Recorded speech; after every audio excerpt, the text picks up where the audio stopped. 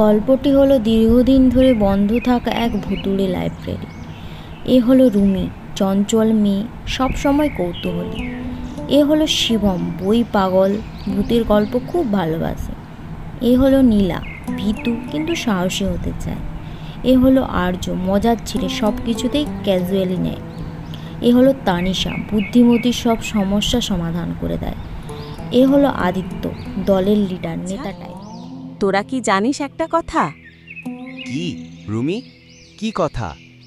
এই যে গ্রামের বন্ধ স্কুলের কথা, ওই স্কুলের লাইব্রেরিতে ভূত থাকে। ভূত? আমার তো শুনেই গা শিউরে উঠছে। হ্যাঁ, ভূত।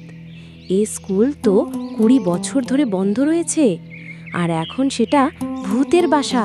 হ্যাঁ, এই কথাটা কিন্তু আমিও অল্প শুনেছি, কিন্তু কথাটা কি সত্যি? আরে হ্যাঁ রে বাবা, সবাই তো বলে শুনিসনি, এইখান দিয়ে যেতেও তো ভয় পায়, বিশেষ করে রাতের বেলা। কি বললিস কি রে রুমি? ভূত থাকলে বলবো, দাদা একটু হেসে দেখাও তো। ভয় পাওয়ার কিছু নেই, আমরা সবাই একসাথে থাকবো, কিচ্ছু হবে না। আচ্ছা, তাহলে আজ সন্ধ্যায় জ্বালা যাক। আমি রাস্তাটা জানি। সন্ধে ঠিক 5টায় ঢুকবো আর 6টায় বেরোবো। তাহলে একথাই রইল, ঠিক সন্ধে 5।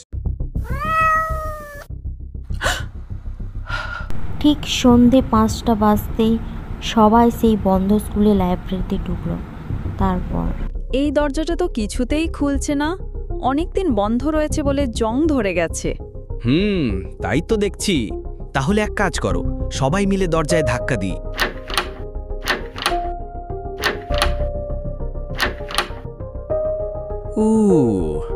দরজাটা খুলল শেষমেশ, কিন্তু চারিদিক তো ধোঁয়ায় ভরা।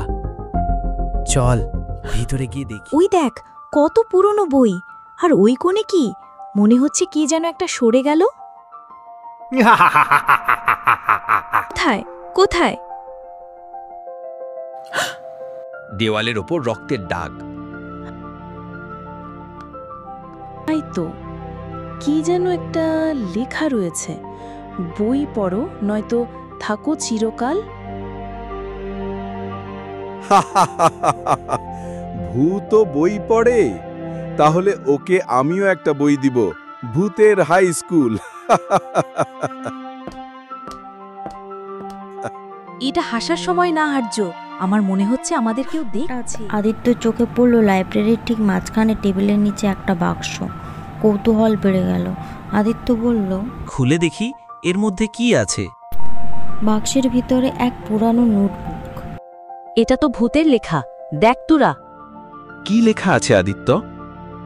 যে আমার বই খোলে, সে যদি আমার কাহিনী শেষ না করে, সে এখানেই থাকবে চিরকাল।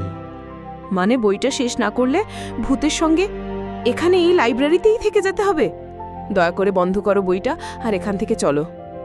এখানে যদি ভূতের কথা লেখা থাকে, তাহলে শেষে ভূতটা চা খাতে গেল, এটা হলে কেমন হয়?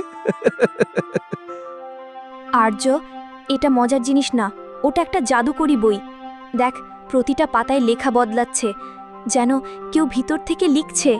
এবার সিরিয়াস হতরা, বইটা পড়ে শেষ করতে হবে, নইলে এখানেই থেকে যেতে হবে চিরকাল। হঠাৎ আলো নিভে যায়। দূর থেকে একটা আওয়াজ ভেসে আসছে, আমার গল্প শেষ করো নয়তো থাকো চিরকাল। কে বলল আমার গল্প শেষ করো নয়তো তোদের নাম ঢুকবে পরের পাতায়? আমার নাম দেখ, বইতে লেখা শিবম। সে পড়ছিল, সে রয়ে গেল। না, আমি শুনতে পাচ্ছি করা যেন ফিস ফিস করছে। তোদের সময় শেষ শেষ। আমি এই সবের মধ্যে নেই, আমি ভূতের সাথে বই পড়ব না। চুপ, আমি বুঝেছি। ও চায় আমরা পুরো বইটা শেষ করে তার অসম্পূর্ণ লেখাটা সম্পূর্ণ করে দিই, তাহলেই ও শান্ত হবে।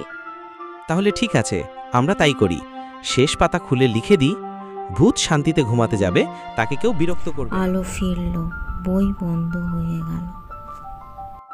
ওরে বাবা, আমরা বেঁচে গেলাম। ভূতটা চেয়েছিল কেউ ওর গল্পটা শেষ করুক, আমরা সেই কাজটা করেছি বলে বেঁচে গেলাম। আমরা ভূতের সঙ্গে কথা বলেছি, ভাবতেই কেমন একটা লাগছে। তবে আমি বললাম না, ভূত বই পড়ে? এই বইটা আমরা এই লাইব্রেরিতেই রেখে যাব, যাতে এই বইটা আর কেউ যেন না খোলে।